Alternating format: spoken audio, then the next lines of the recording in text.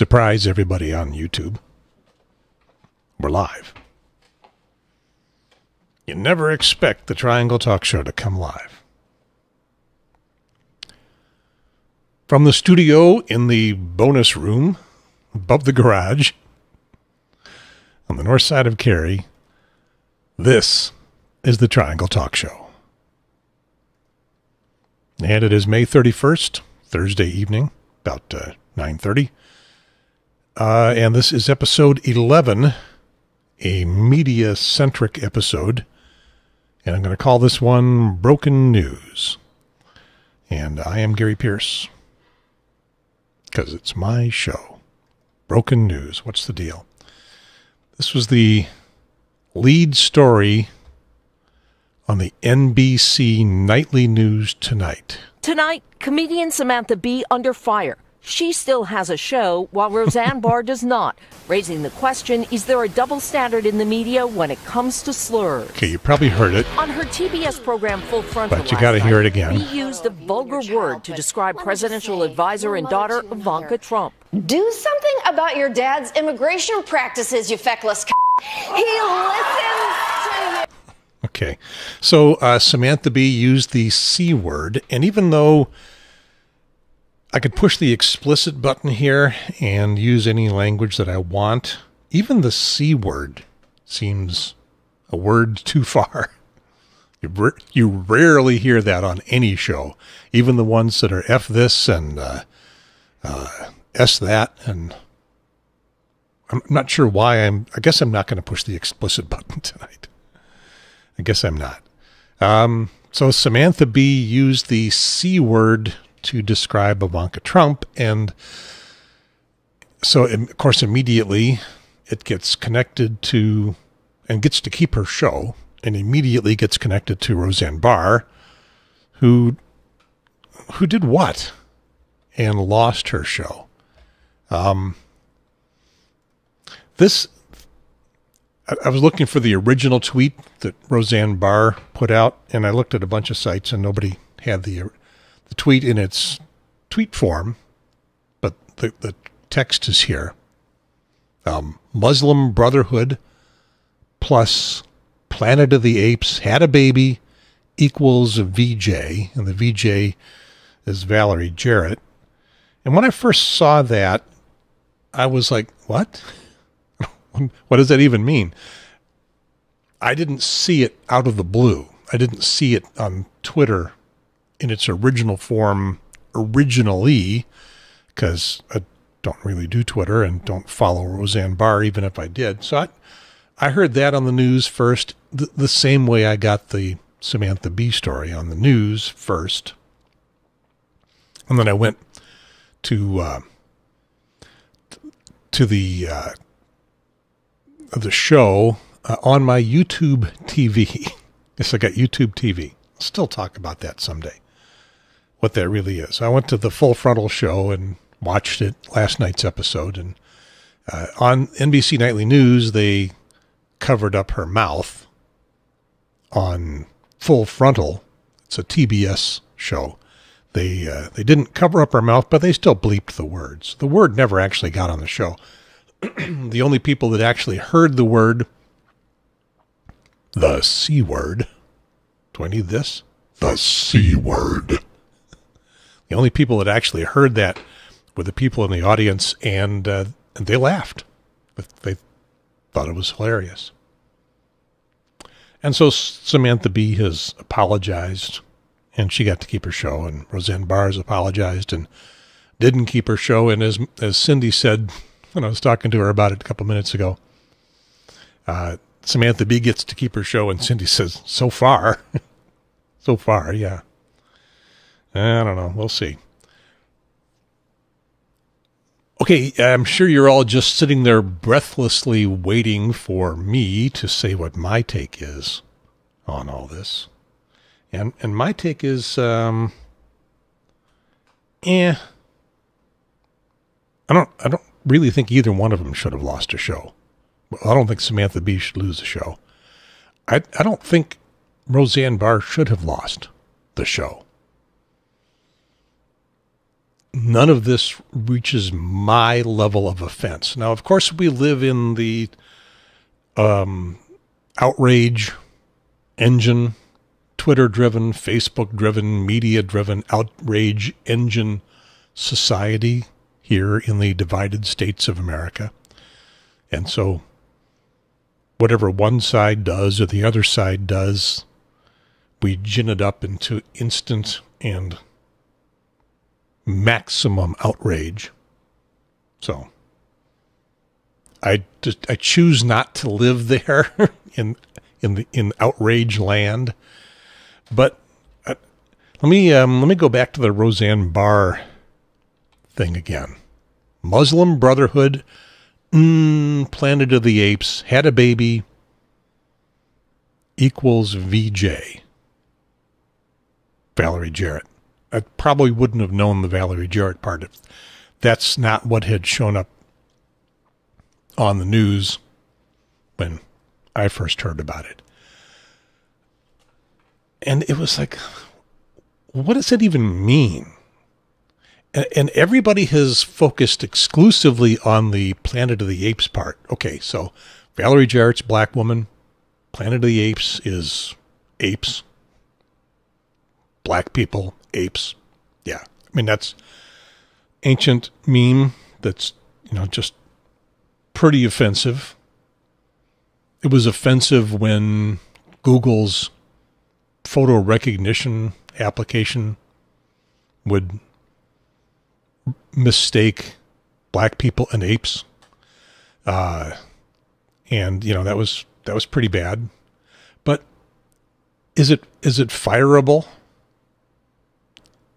Would it be okay if we just said, okay, well, this is who Roseanne is, and let's see if she's going to tweet something like that.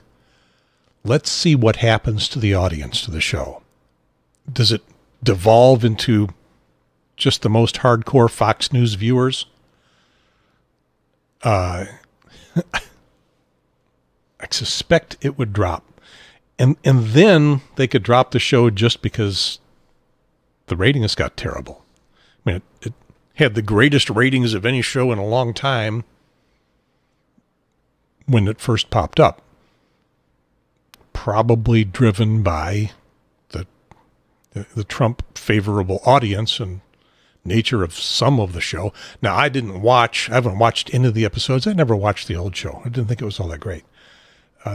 Saw little bits and pieces of it, and I've seen the same clips that you probably have as the new show rolled out this year. Not my cup of tea. But I don't think she should have been fired for it. I think that it should have been let showbiz take its course and see what the audience devolves into. At that point, you can say, wow. I mean, she is incredibly racist and willing to put that out there on Twitter, even though she claimed it was Ambien. And I thought it was pretty funny what the Ambien folks said, that being racist is not a known side effect of taking Ambien. And I guess the point being that if Ambien somehow loosens, like any kind of mood depressant, alcohol or whatever, if it sort of loosens your inhibitions, it's only going to reveal what's in your heart more than you might say if you're thinking a little bit more carefully about it. So I guess that would be the Ambien effect. It doesn't turn a moderate person into an off-the-wall person in either direction. If you're off the wall already, it just lets you show it. I guess. Never taken Ambien. So it's, black people and apes. And now, once again, from my position of old white man privilege, the idea of a term being highly offensive is a difficult one for me to feel a lot of empathy for. And so I will admit that it can be very, very offensive, and I sort of just don't get it. because there are no terms to highly offend white people. I mean, black people have probably been looking for a term to highly offend white people for a long time. They got, honky and stuff like that, and it doesn't mean anything to us. And we got lots of terms that can offend black people. So, and obviously the, comparison to an ape is one of those, and Roseanne did a really good job of capturing it. Well done, Roseanne.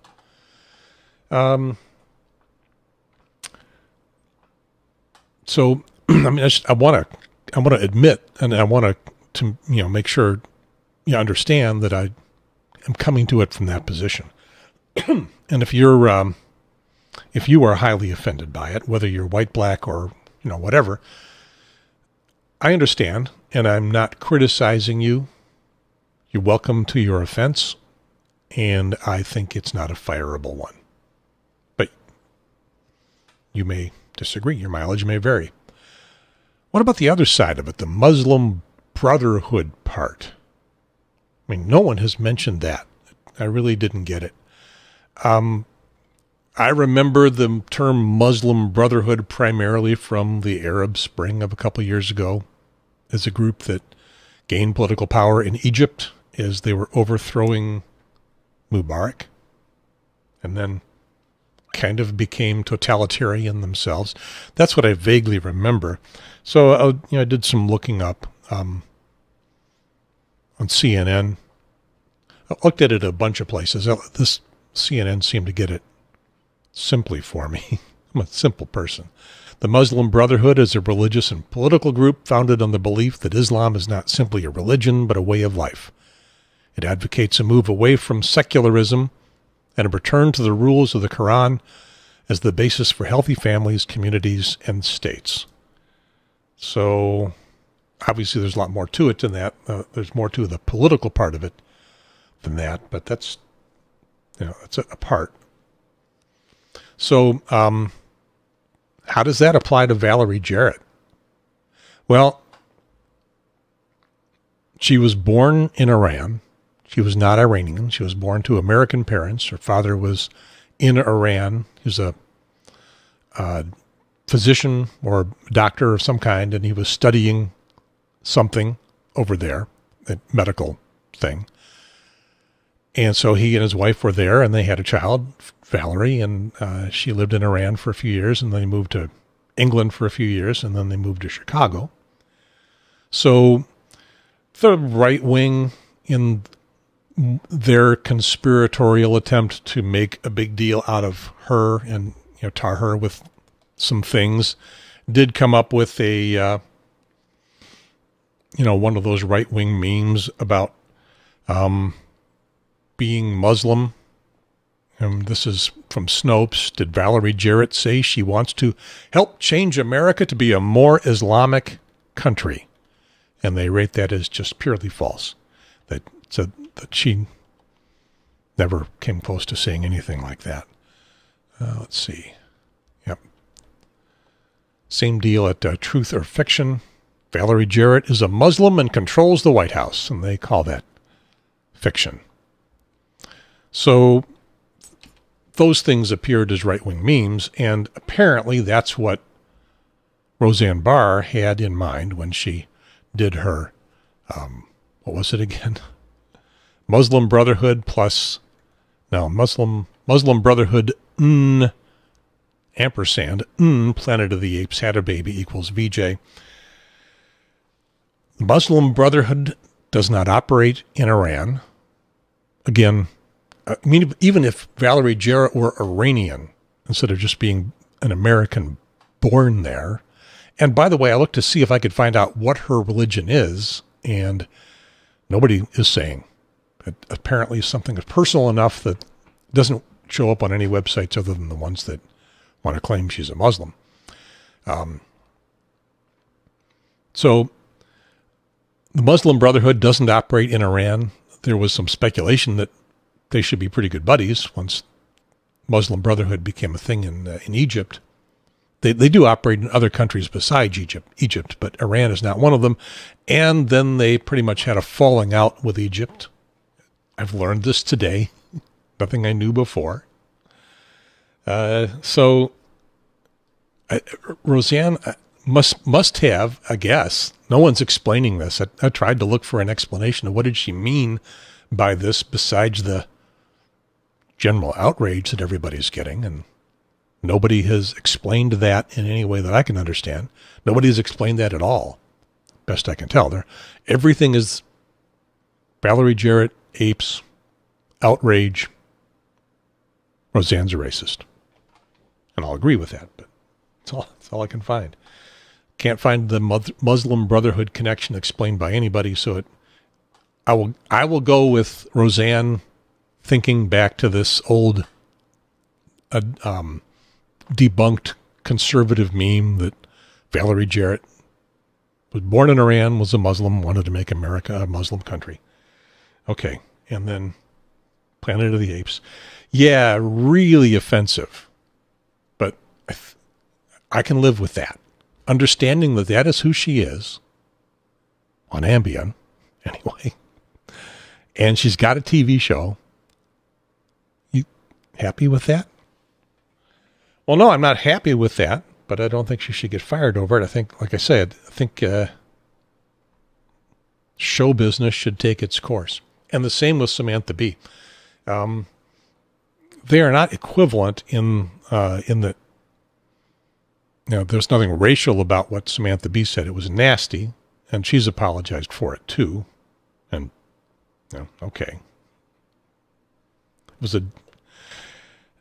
It was an edgy and probably dumb thing to say. Would she have been in as much trouble if she just said a bitch or some other semi-derogatory term, but not the C word, the most difficult word to use on any TV show, even the ones that are happy to drop the F-bomb. So would she have been in as much trouble if she just said bitch or something else? Not even sure what else. I'm thinking probably not, but I don't know. You can never go wrong overestimating. You can the outrage engine that we live in today. See if I can make some trouble for myself with the idea that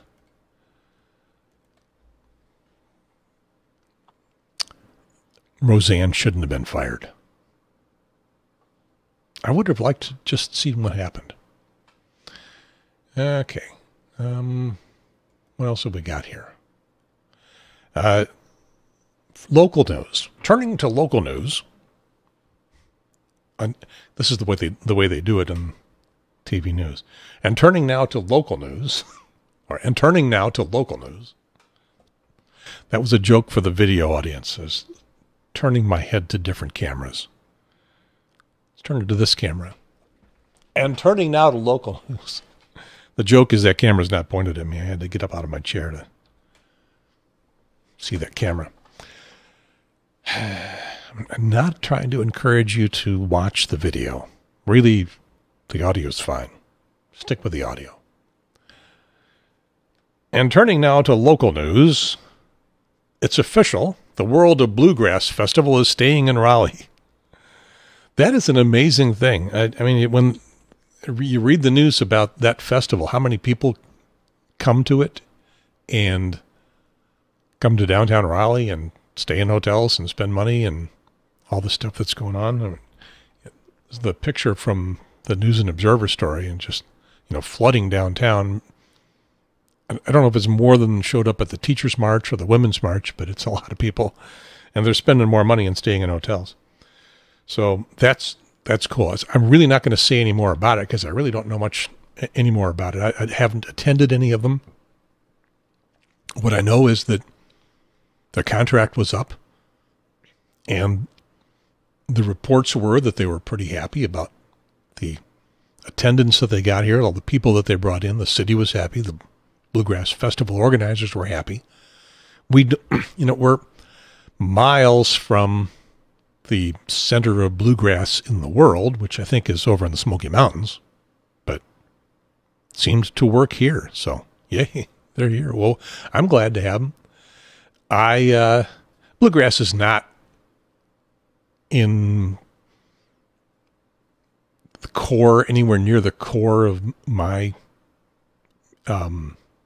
fairly broad range of musical styles that I appreciate. It's a little bit of bluegrass for me goes a long way.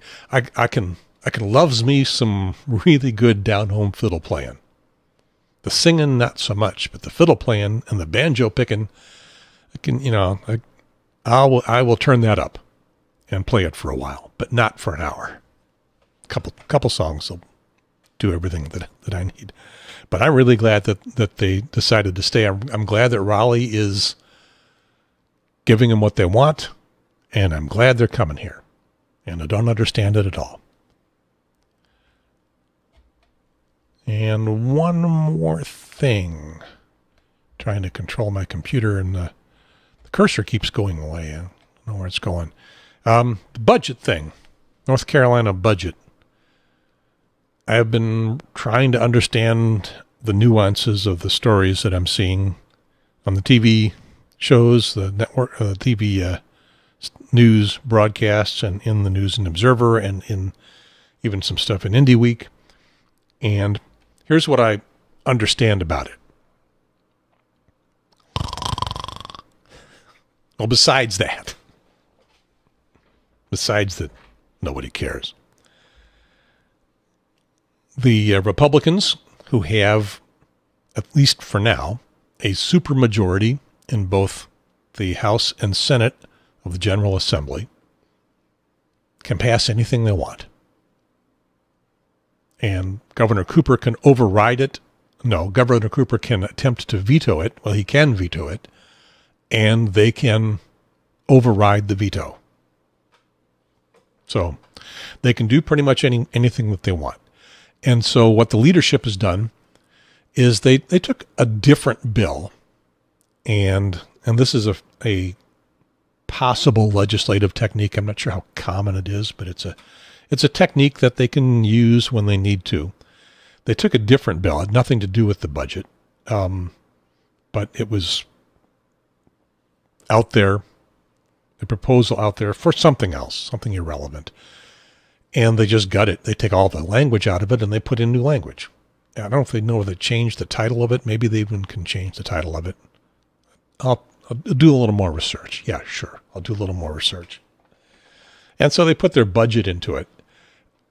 The budget was hammered out by Republicans, no Democratic participation at all, and behind closed doors, in secret, and then just sprung on the rest of the General Assembly, including all the Democrats, this week. I think a story said that they leaked out some of the things that would get them the best headlines a little early before they published the whole thing.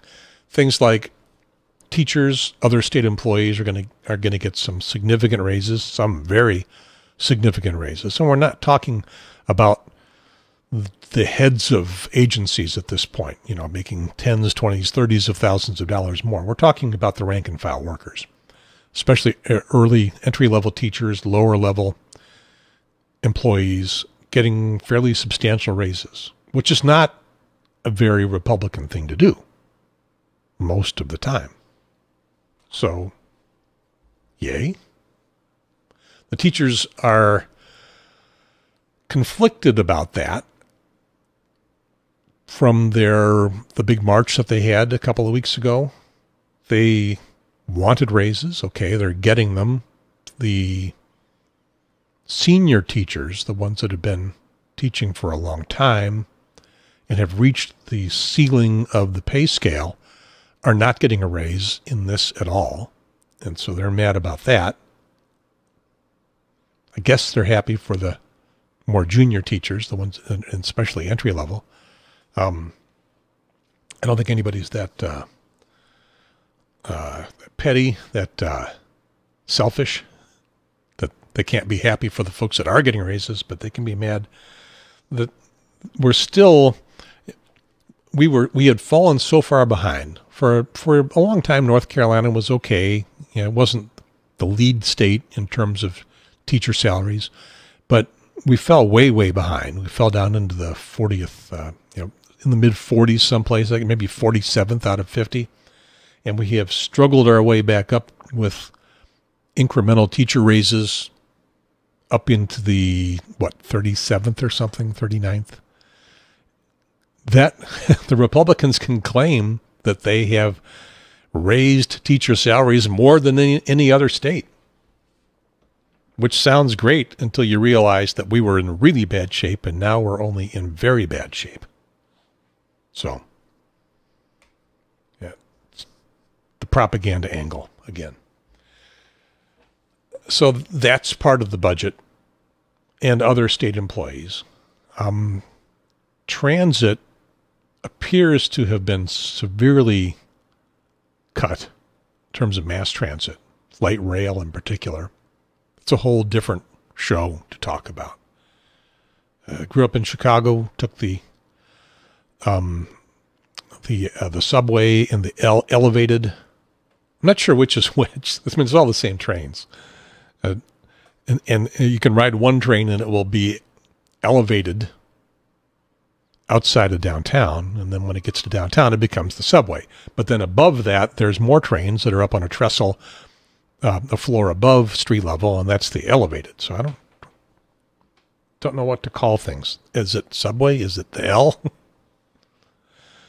I lived in Chicago for 28 years or something like that, 27 years. I've been here in North Carolina just a little bit longer. You'd think I would have figured it out, but apparently I didn't. Anyway, I rode the subway for a few years, and I took the other more luxurious commuter trains for a little while. I had a job where my hours were inconsistent. I would head to downtown on the train in the morning, get on the train at 7:30 and, get to work about 8:30 and never quite be sure when I was going to be done. And then the first time I had to work very late and the last train left at midnight and I couldn't get to the train station by midnight. So I was stuck downtown and, I guess I could have got a hotel room. I'm not sure what I did. I probably slept on the couch in my studio. And then it happened again, probably within a few months. And I think I stopped taking the commuter train. I said, I'll drive. Rented a monthly parking place in a garage nearby. One time when I was driving home in bumper-to-bumper rush hour traffic, probably a 90-minute commute.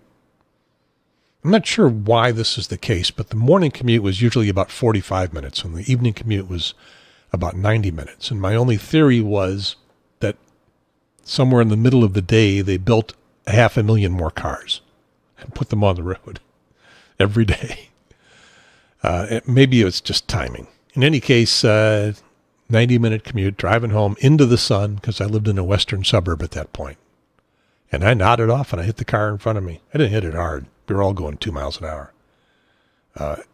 Don't think I damaged that car. I think I cracked a grill on my car. The cat is yowling in the background. I could tell you what's going on that's causing that. It's nothing serious. It's one cat getting amorous with the other, and they've all been neutered, so nothing is going to happen. I wasn't going to tell you that, but I decided it would be okay, especially after the stories we began with. And I'm not sure you can even hear that. Might be clipped out by my noise elimination. Okay, so I've had experience with light rail. I don't see light rail working very well around here because we are too spread out. It worked well in Chicago because although Chicago was spread out, the rail system went out in a bunch of different directions out into those disparate suburbs. So no matter where you were, you had a spoke of the transportation system pointed more or less in your direction. So it could work. You can't build all of that at once. And we have 3 nexi of employment. We got downtown Raleigh. We've got the RTP. We got Durham, maybe a little Chapel Hill. And then, little places, like I live near Weston Parkway in Cary, and that's a nexus of employment, especially after MetLife built their monster complex here. Who knows where Apple or Amazon may end up. RTP seemed like the likely place, but I saw a story today. This is Apple might be looking at downtown Raleigh, which would be cool, I guess. Anyway, it would be difficult to build a light rail system that would serve all those areas. And we don't have any, well, we're getting sort of concentrations of development and of residents. Raleigh is the city core, the city center is becoming residential in terms of lots of apartments and condos and stuff. Durham is, but most of the area is pretty spread out. So you can't build something that's going to cover the entire area right away. But on the other hand, you could start.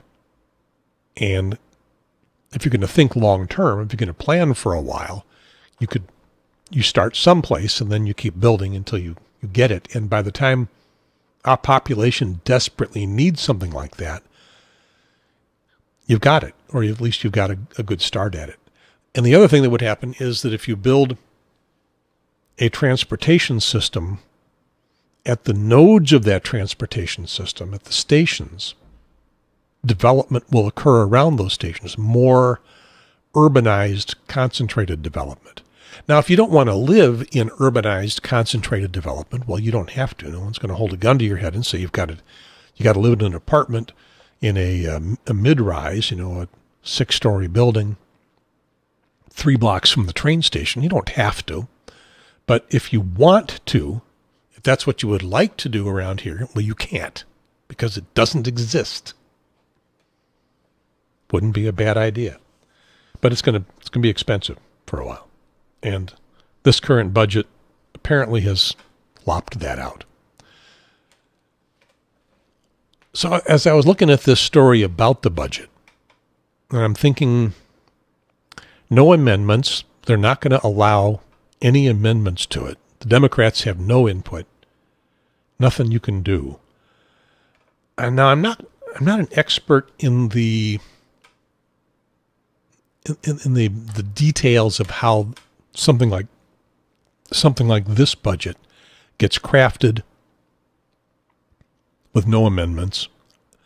I'm thinking back, and the News and Observer story said there's plenty of pork in it. It's not like it with no amendments it managed to avoid having a lot of earmarks, having a lot of pet projects be tossed in that would cost money.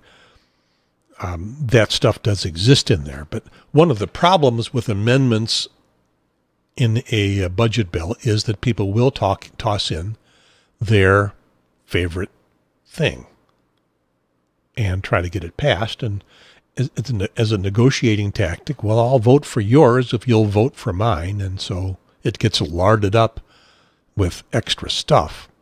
And that is a bad thing, I think. I think most observers that aren't sitting there with a with a dog in the hunt, just saying, other than doing something good for the state, are going to say, yeah, that's larding it up with pet projects is a bad thing, and keeping it clean is a good thing. We will, not necessarily in budget bills, but in bills in general, one of the things that one side or the other will say is, let's get a clean vote. Let's get a clean up or down vote. Let's not add amendments. Let's not put in things that are irrelevant to the main topic, the main subject of the bill, because that's what the amendment process typically does, is it will add stuff that's got nothing to do with the original bill. It will add something as a negotiating tactic, and once again, I'll vote for it if we can put in my pet project amendment here. Get that in, and I'll vote for it.